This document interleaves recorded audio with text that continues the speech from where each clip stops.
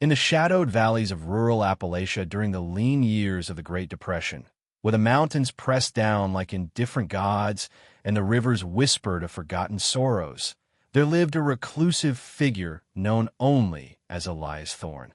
This gaunt man, with eyes hollowed by decades of silent vigil, dwelled in a weathered cabin perched on the edge of a dense forest, where the trees seemed to lean in conspiracy against the sky. Elias had long ago abandoned the clamor of human society, retreating into a solitude that amplified the subtle rhythms of existence, revealing patterns not in numbers or secrets, but in the inexorable grind of life's futile repetitions. From his vantage, Elias observed the villagers below in the hollow, their lives unfolding like the predictable erosion of stone under relentless rain. He noted how each dawn brought the same weary trudges to barren fields, how hands blistered from tilling soil that yielded only dust, and how evenings dissolved into the same muted gatherings around flickering lanterns, where laughter rang hollow against the encroaching night. But Elias saw beyond the surface toil. He perceived the deeper cadence, the way human endeavors mirrored the ceaseless decay of the natural world, each act an echo of prior failures, binding souls to an endless wheel of diminishment. As seasons blurred into one another, Elias's contemplations deepened, unraveling the illusion of purpose that sustained the villagers. He witnessed how their aspirations, dreams of bountiful harvests, mended families, escaped hardships, dissolved into the same inevitable disappointments, as if scripted by some vast, uncaring mechanism. The young couple in the valley, their union born of fleeting hope, soon fractured under the weight of barren wombs and failed crops, their arguments spiraling into silence, mirroring the way rivers carve canyons only to fill them with silt. Elias pondered this replication, how individual lives were mere iterations in a grander pattern of erosion, where every birth heralded not renewal, but another vessel for suffering's slow accumulation. The psychological burden of such insight pressed upon Elias like the mountain fog that never fully lifted. He felt the villagers' unspoken despairs as his own, their suppressed rages and quiet resignations, weaving into a tapestry of collective futility. In the widow who stared blankly at the horizon each twilight, he recognized the void that yawned within all, a hollowness that no prayer or labor could fill. Her daily rituals, tending a garden that withered despite her efforts, murmuring hymns that echoed unanswered, served only to highlight the absurdity of persistence, each repetition a step closer to the realization that existence demanded endurance without reward, trapping the spirit in a cage of its own making. Elias's revelations spiraled inward, exposing the philosophical barrenness at the core of being. He contemplated how free will was but a delusion, a comforting lie amid the deterministic flow of cause and consequence. The miner who descended into the earth's dark maw each morning, chasing veins of coal that grew scarcer, embodied this trap. His choices, seemingly his own, were dictated by the unyielding logic of survival, leading inexorably to lungs blackened by dust and a body broken by collapse. Elias saw this as emblematic of the human condition, where agency dissolved into predestined paths, each decision a mere ripple in a pond that reflected only the indifferent stars above, stars that burned without regard for the lives they illuminated. The dread intensified as Elias delved further, perceiving the interconnected web of existential isolation. Villagers, bound by blood and necessity, remained profoundly alone in their inner torments, their interactions mere masks over the chasm that separated one consciousness from another. The elder who recounted tales of better times to wide-eyed children did so not from wisdom, but from a desperate bid to impose meaning on chaos. Yet his stories frayed at the edges, revealing the lie that history offered lessons rather than repetitions of loss. Elias felt this isolation acutely, his own seclusion a mirror to their hidden solitudes, amplifying the horror that communion was impossible, that each soul navigated its private abyss, screaming silently into a void that absorbed all sound. As his insights evolved, Elias confronted the temporal horror of existence's elongation, how time stretched not as a gift, but as a tormentor, drawing out the awareness of insignificance. The old oak in the forest, twisted by centuries of wind, stood as a sentinel to this truth. Its growth rings chronicled not triumphs, but survivals amid decay, branches reaching futilely toward a sun that offered warmth without purpose. Similarly, the villagers' lifespans unfolded in protracted agony, youth's vigor yielding to middle age's resignation, then to elder frailty, each phase a deeper immersion in the knowledge that all efforts culminated in dissolution, bodies returning to the soil that had begrudged them sustenance. The psychological pressure mounted, manifesting in Elias's sleepless nights, where visions of spiraling decay haunted his thoughts. He envisioned the villagers' minds as fractured mirrors, reflecting distorted fragments of a reality too vast and empty to comprehend fully. The blacksmith, hammering iron with rhythmic fury, embodied this fracture. His strikes, meant to forge utility, instead echoed the pounding of existential doubt, each blow a question unanswered, driving deeper the spike of awareness that creation was temporary, destined for rust and oblivion. Elias's own psyche echoed this, his contemplations coiling tighter, revealing layers of dread that human endurance was not resilience, but a curse, forcing witness to the slow unraveling of all things. Philosophically, Elias grappled with the indifference of the cosmos, how the mountains' ancient presence mocked human transience, their peaks enduring while generations crumbled below. This disparity underscored the absurdity of attachment, how bonds formed in the face of inevitable severance. Lovers parted by death, parents outlived by grief, served only to heighten suffering. The river that snaked through the valley, carving its path without mercy, symbolized this cosmic apathy, eroding banks and drowning the unwary, its flow a reminder that existence operated on principles devoid of justice or intent, reducing lives to incidental debris in its current. The spiral deepened into the horror of self-awareness, where Elias perceived consciousness as the ultimate affliction, a flame that illuminated shadows better left unseen. Villagers who toiled without reflection might escape the full weight, but those who paused, like the schoolteacher who gazed at distant ridges with unspoken longing, glimpsed the void and were consumed by it. Her lessons, imparting knowledge to children destined for the same cycles, highlighted the cruelty of enlightenment. Understanding bred despair, revealing patterns of repetition that stripped meaning from action, leaving only the raw nerve of existence exposed to endless abrasion. In this oppressive atmosphere, Elias's observations circled back to the collective delusion of progress, how communities clung to rituals, church gatherings, harvest festivals, communal labors, as bulwarks against the encroaching nothing. Yet these acts only accentuated the futility, masks cracking under strain, revealing the undercurrent of dread that pulsed through every interaction.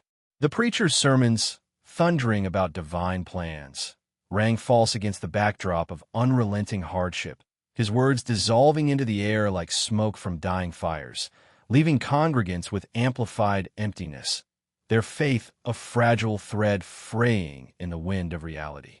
The existential weight pressed relentlessly, Elias envisioning human history as an infinite regression of mirrored failures, each era echoing prior collapses, civilizations rising only to disintegrate, individuals striving only to fade. The abandoned mineshafts dotting the hills serve as portals to this truth, their dark depths swallowing light and hope alike, much as time engulfed memories and achievements. Villagers who ventured near felt an instinctive pull toward that darkness, a subconscious recognition that descent was the natural trajectory, resistance merely prolonging the inevitable plunge into obscurity. Psychological torment evolved into a pervasive numbness, where Elias noted how repeated exposures to loss dulled the spirit, transforming vibrant souls into automata going through motions without feeling. The farmer who buried yet another stillborn calf did so with mechanical detachment, his eyes reflecting not grief, but resignation to the pattern, a pattern that extended to all. Births marred by death, joys undercut by sorrow, existences defined by attrition. This numbing was no mercy, but a deeper horror, robbing even the capacity for rebellion against the void, leaving beings trapped in half-life, aware yet impotent. The philosophical undercurrent swirled toward the illusion of individuality, Elias discerning how personal narratives were but variations on universal themes of decay, ego's fragile constructs shattered by the grind of circumstance. The artist in the village, carving wood into figures of saints, pursued uniqueness only to produce replicas of archetypal suffering, his creations weathering to indistinguishability, mirroring how identities blurred into the collective anonymity of dust. This realization amplified the dread, underscoring that singularity was myth, each life a fleeting perturbation in the eternal sameness of dissolution. As contemplations spiraled tighter, Elias confronted the recursive nature of thought itself, how introspection led not to liberation but to entrapment within layers of meta-awareness, each level revealing further futility. Villagers caught in rumination, the insomniac merchant tallying endless debts, the bereaved mother replaying lost moments, embodied this trap, their minds looping in ever-constricting circles, squeezing out vitality until only hollow shells remained. Elias's own reflections mirrored this, his insights folding inward, exposing the horror that knowledge compounded isolation, turning the self into its own prison, walls built from the bricks of unrelenting truth. The atmosphere thickened with the recognition of eternity's mockery, how the finite span of life contrasted with the infinite expanse of non-being, rendering existence a cruel interlude. Stars wheeling overhead in their ancient paths indifferent to the brief flickers below, emphasized this disparity, their light arriving from abyssal distances to illuminate scenes of transient agony.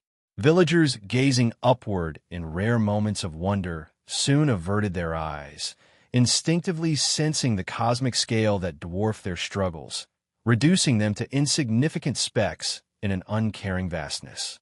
Psychological pressure culminated in the awareness of inescapable inheritance, how patterns of despair passed through bloodlines, dooming progeny to reiterate ancestral miseries. The child mimicking a father's defeated slump, the daughter inheriting a mother's silent endurance.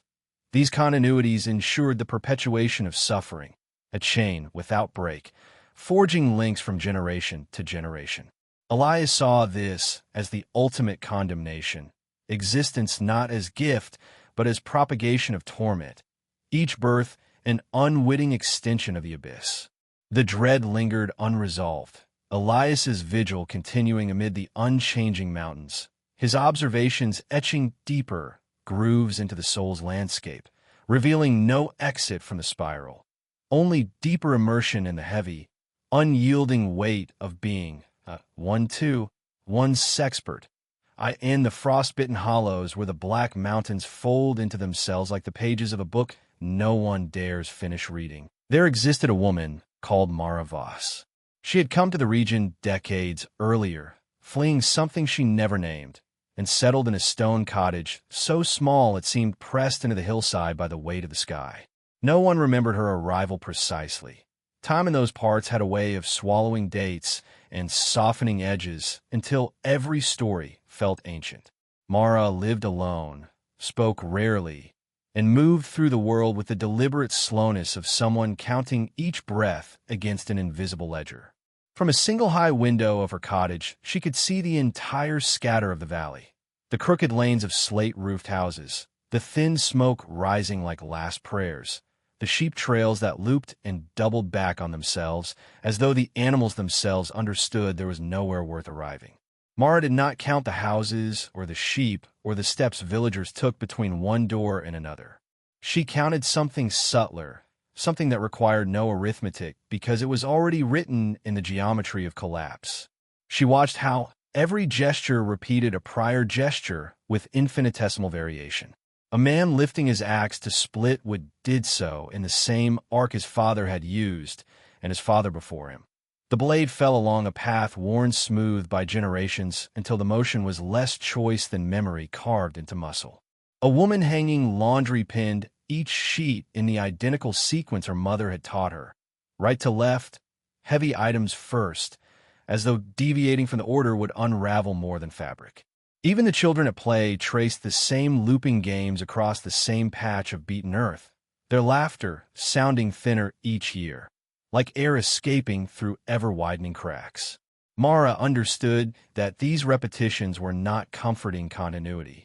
They were evidence of a deeper imprisonment. The living were condemned to mime the dead without ever knowing the script. Each day the valley reenacted yesterday with the fidelity of a ritual whose meaning had long been forgotten, yet whose performance could not be abandoned. To stop would be to admit that the entire performance had always been meaningless. To continue was to collude in the lie that meaning might still arrive tomorrow. The horror resided not in catastrophe, but in the absence of any need for catastrophe. No flood, no plague, no sudden violence was required to erase significance. The valley accomplished that erasure quietly, hour by hour, through the simple persistence of everything staying almost exactly the same. Mara saw how hope itself had become a form of violence here. Every spring the same wildflowers pushed through the same thin soil. Every autumn the same wind carried away the same brittle leaves, and every winter the same snow covered the same graves. The cycle did not promise renewal. It promised only that nothing would be allowed to conclude. She began to perceive the villagers as nodes in a vast, sluggish organism whose only purpose was to keep circulating the same thin blood. Conversations in the single pub repeated the same complaints about weather and prices and absent sons. Arguments flared along the same fault lines and subsided without resolution. Courtships followed the same tentative choreography until familiarity hardened into resentment. Mara did not judge them. Judgment implies the possibility of an alternative. She simply registered the fact that the organism tolerated no deviation large enough to threaten its slow, grinding homeostasis. At night, when the valley slept under a moon that looked worn down to a sliver, Mara sometimes walked the high-sheet paths. She moved without lantern because she had learned the contours of darkness the way others learn a prayer. In that walking, she felt most clearly the weight of temporal suffocation. Time here did not advance. It accumulated. Each year deposited another thin layer of the same dust. Same regrets, spoken in the same accents. Same small ambitions quietly strangled. Same silences that grew heavier with use. The past was not behind them. It was pressed into their lungs, inhaled with every breath, exhaled only to be breathed in again. Mara came to understand that what the philosophers had once called being toward death was, in this place, a merciful abbreviation. Death at least promised punctuation. What stretched before the valley folk was something far crueler, being toward sameness. An open-ended sentence that refused to end because nothing remained worth saying. She saw old men sitting on the same benches their fathers had occupied, staring at the same ridgeline, waiting for the same dusk to arrive and take the same color from the world. Their waiting was not expectation. It was rehearsal for a moment that would never require rehearsal, because it would never arrive differently. The psychological pressure of this insight settled into Mara like damp, rotten timber. She felt her own thoughts beginning to repeat, circling the same few propositions with the patience of a tongue probing an abscess. Was freedom merely the brief illusion between two identical moments? Was individuality only the name we give to slight perturbations within an otherwise perfect monotony? Was consciousness itself the wound that made monotony unbearable, yet offered no escape except deeper immersion in the wound? She watched a young girl, one of the few children left, walk the same path to school each morning, kicking the same loose stone ahead of her foot. The stone rolled, stopped, was kicked again, rolled, stopped, kicked. Mara knew the girl would continue this small, pointless propulsion until the day she no longer noticed she was doing it, and then until the day she no longer had the strength, and then the stone would lie still while someone else's child took up the same motion with the same stone. The continuity was absolute. The meaning was absent. In the final spiral of her contemplation, Mara arrived at the recognition that the valley was not exceptional. It was exemplary. Every place, every life, carried within it this same mechanism of replication without purpose. Only most places disguise the mechanism behind louder noise, progress, ambition, spectacle, catastrophe. Here, stripped of ornament, the mechanism stood exposed, existence as pure tautology.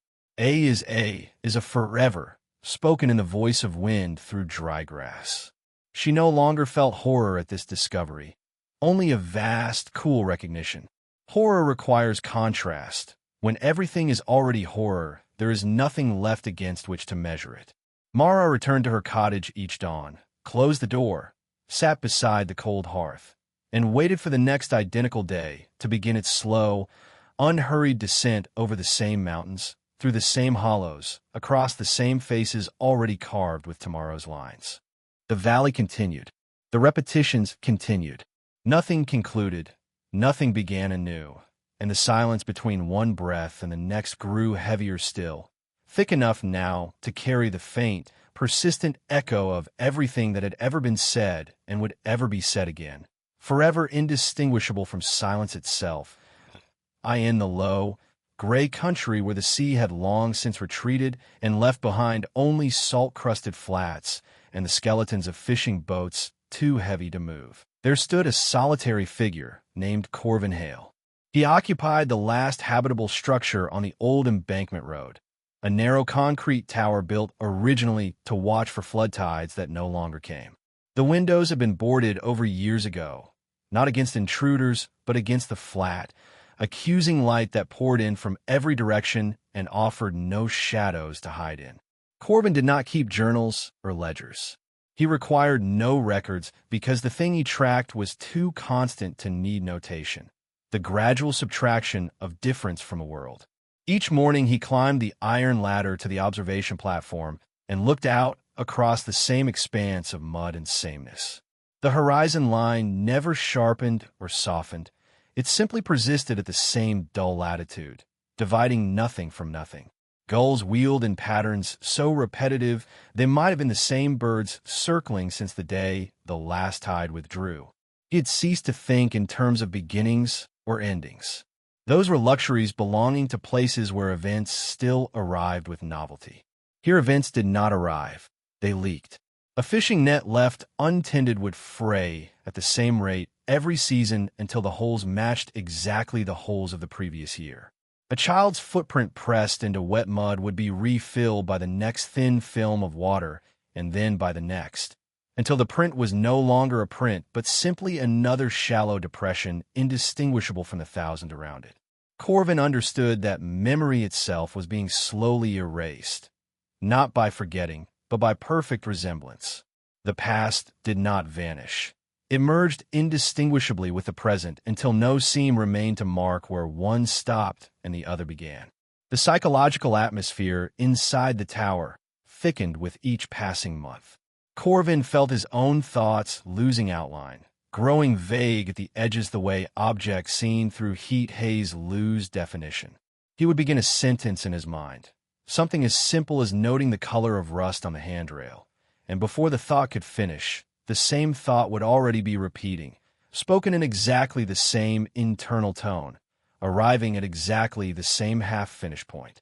The repetition was not obsessive. It was mechanical. His consciousness had begun to function like a wheel with a single flat spot. Every full turn struck the same dull note. Down on the flats, the few remaining inhabitants moved in obedience to rhythms older than speech. They walked the same paths between houses that were sinking millimeter by millimeter into the silt. They repaired roofs that leaked in the same places every rain. They spoke of next year with the same intonation their grandparents had used, though next year had never once differed from this year, in any dimension that mattered. Corvin watched them from above and recognized the mercy hidden inside their monotony. By refusing deviation, they had also refused the pain of hope. To hope is to admit the possibility of change. To cease hoping is to enter a state of perfect stasis that hurts less because it no longer expects relief. Yet stasis itself had begun to reveal its own slow horror. Corvin saw how even perfect repetition carries within it a form of violence.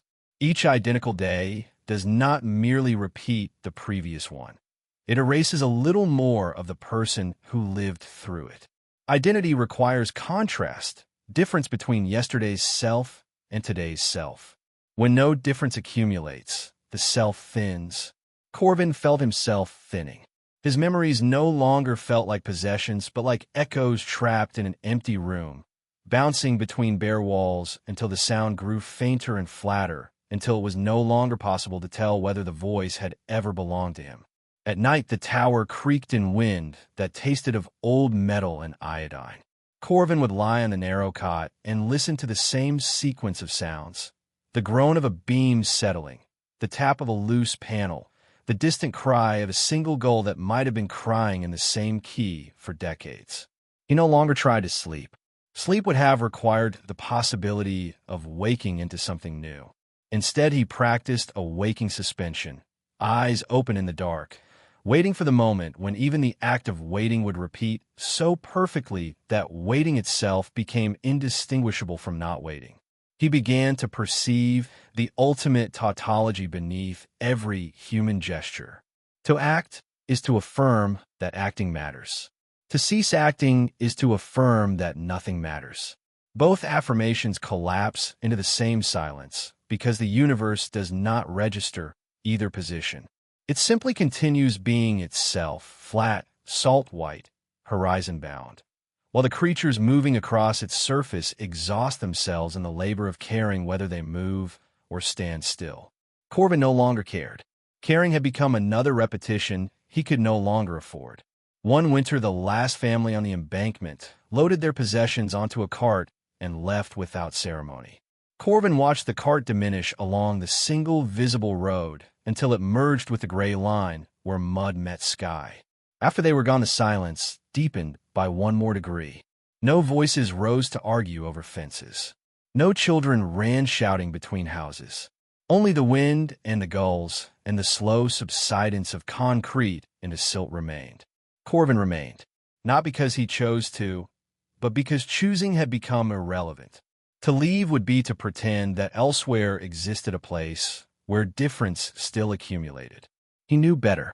Every road led eventually to the same flattened horizon, every life to the same erasure by resemblance. So he stayed, climbing the same ladder each morning, looking out across the same flats, registering the same subtraction of outline from the world. Years passed, or perhaps only days. The distinction had long since dissolved. The tower settled deeper into the mud. Rust bloomed wider across the railings. The gull cries grew fainter, or perhaps Corvin's ears simply grew more accustomed to ignoring them. Nothing concluded. Nothing began. The landscape continued its patient work of making everything equal to everything else, reducing every particular to the general case of sameness. And in that slow, unhurried equalization, Corvin at last achieved a form of stillness that felt almost like peace, if peace can be defined as the complete absence of anything left to disturb. He no longer waited for anything to change. Change itself had been revealed as the final illusion, the last small hope the world had allowed itself before folding even that away into uniformity. The embankment road stretched empty now in both directions. The sea stayed gone. The sky stayed low, and somewhere inside the leaning tower a man sat motionless, no longer counting days because days no longer counted, watching as the last faint distinctions bled out of the world, until even watching became indistinguishable from being watched, until even being became indistinguishable from not being, until at last there remained only the wide, salt-white quiet, repeating itself without witness, forever sufficient unto itself.